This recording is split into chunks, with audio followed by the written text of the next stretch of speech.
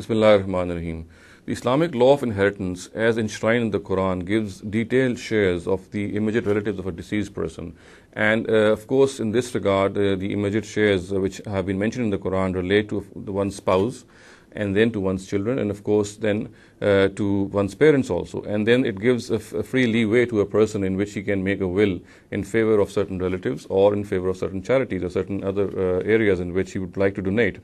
However, in this regard, there are certain issues which have arisen in these times and which have become a subject of debate. One amongst them is the issue of the inheritance of an orphaned grandchild. Now, the issue is that the Quran is absolutely silent about the inheritance of an orphan grandchild, and therefore most of our scholars think that since the Quran has not stipulated any share for the orphan grandchild, so therefore he should not be given any share from the wealth of a deceased person. Now, in this regard, it needs to be established and it needs to be understood that the primary nature in which the Sharia has been given to us is such that it has given directives only in those affairs which are generally encountered in human life. And of course, we know that the issue of an orphan grandchild is not generally encountered. It is an issue, of course, but it is not generally encountered. It's not something like a parent, for example, or a child itself, or one spouse, because these are the three areas or these three relationships which are generally encountered in the case of almost every person. So therefore the Sharia is silent in this case. Now the issue is that if the Sharia is silent, can there be something done for the orphan grandchild? So if we examine this whole issue in the scenario of the temperament of the Sharia, we can easily say that there are certain issues which the Sharia has left to the discretion of human intellect so that it can make some of its own stipulation in this regard.